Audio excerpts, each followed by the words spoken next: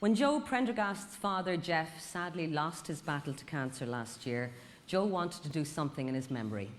He wrote The Great Fragola Brothers, but he didn't stop there. "Shut up, you airhead," whispered the blonde, curly-haired man to the black-haired woman he was hiding in a cupboard with. They were conducting an investigation in the Sorcery Centre and had almost been discovered minutes earlier snooping around. The pair fell silent as they peeked out of the keyhole and into the room, where several officials had just walked in. They were wearing purple suits. For my wonderful, courageous, lovely dad who battled with lung cancer for 5.5 years.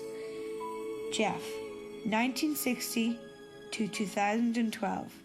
When Joe was around 3, we got the most awful news, I think, a couple could get. We were that couple in a room with being told that Jeff had lung cancer. The odds for Jeff were pretty poor. I think in retrospect it might have been 2 months, but we never got a time. And Jeff's first struggle was to get to Joe's 4th birthday a couple of months later, and we celebrated that. And then he thought, my goodness, if I could get to see Joe start school. I'm due to go back on Wednesday. Joe Prendergast will go through his life having had a very short period of time with his father. But his father packed more parenting and more fathering into that time than most fathers do in a long lifetime. Yeah, he had a lot of real quality time with Joe. They were inseparable. They were best buddies. They did everything together. And then we started this amazing journey, travelling around Europe, visiting all the EU capitals, and it was like Jeff almost didn't want to finish them. His mantra was just one more day, Ita, one more day, one more day.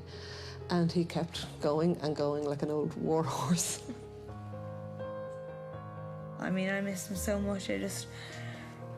I want it to be all a dream and to wake up and he'll be there shaking me awake, but it's just off the Richter scale. And it's like half of my heart just like sank into the depths, but you've just got to keep on going. When I started writing, I didn't have an idea that I was going to finish it. And I wrote a few chapters and I did a little bit of research into New York, because obviously it's set in New York, so I needed to know like the airports and places in New York. And I stuck at it, and then I finished it, and then I wrote the second book. When I first received Joe's manuscripts, I expected a couple of essays, to be honest, and what I received were 2 15,000-word books. And when I started to read them, I was drawn in completely from the beginning. I come out onto the trampoline to get my ideas, and I just keep bouncing, and ideas for my books pop into my head, and this is where I develop my characters a bit more. I don't know how it works. I think it might be the fresh air, but that's just my theory. I don't know. It's weird. After just a few short months, we can see that he's had not only great sales and a great pickup in Ireland, but he's also sold copies of his books worldwide: the UK, the US, France, Switzerland, Australia. So any kid who can do that at 10 years of age can do anything. We're talking about children looking for good role models all around. My goodness, this is a child who's a great role model for adults. For a start, how many 10-year-olds have written a book? Or 2? It's a pretty rare event. I mean, it's an extraordinary thing. And not only to have that particular near unique achievement, but to then say, actually what I'm doing with the money from the book is donating it to a cancer charity. For the time being, this is my goal. It's my mission. I want to give all the help I can to help find a cure for cancer and to, win the battle against cancer. Joe has been an absolute source of joy. He just is always so positive. Oh, it's a snow fight, do you remember? Yeah, I remember this. He's the reason I would get up every day, and on days I find hard to get up, he'd be the first to come into the room and say, come on, get your makeup on, we're going out for coffee. And he's just a great companion, and he is just a very funny little guy and keeps me going.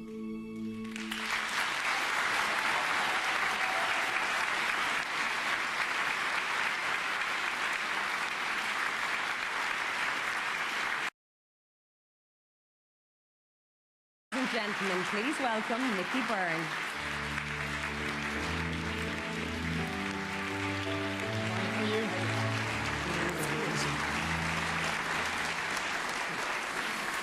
Like many people out there, I know only too well what it feels like when you lose somebody close to you. When our dad passed away from a heart attack in 2009, we set out to raise funds and awareness for the great work the Irish Heart Foundation do on a daily basis. Joe started his book with his dad and finished it after his passing, through great determination and love for his own father's memory, and all at the tender age of just 10. It is truly inspirational. This book is a testament to Joe's love for his dad, Jeff, and it's a book that Joe and his entire family should be very proud of. Ladies and gentlemen, Joe Prendergast.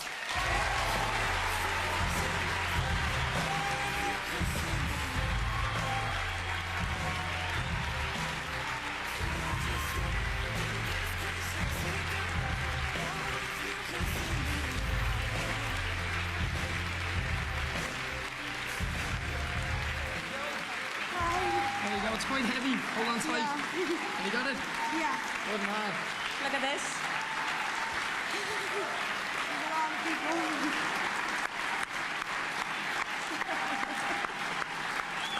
Wow, Joe, that's some reception.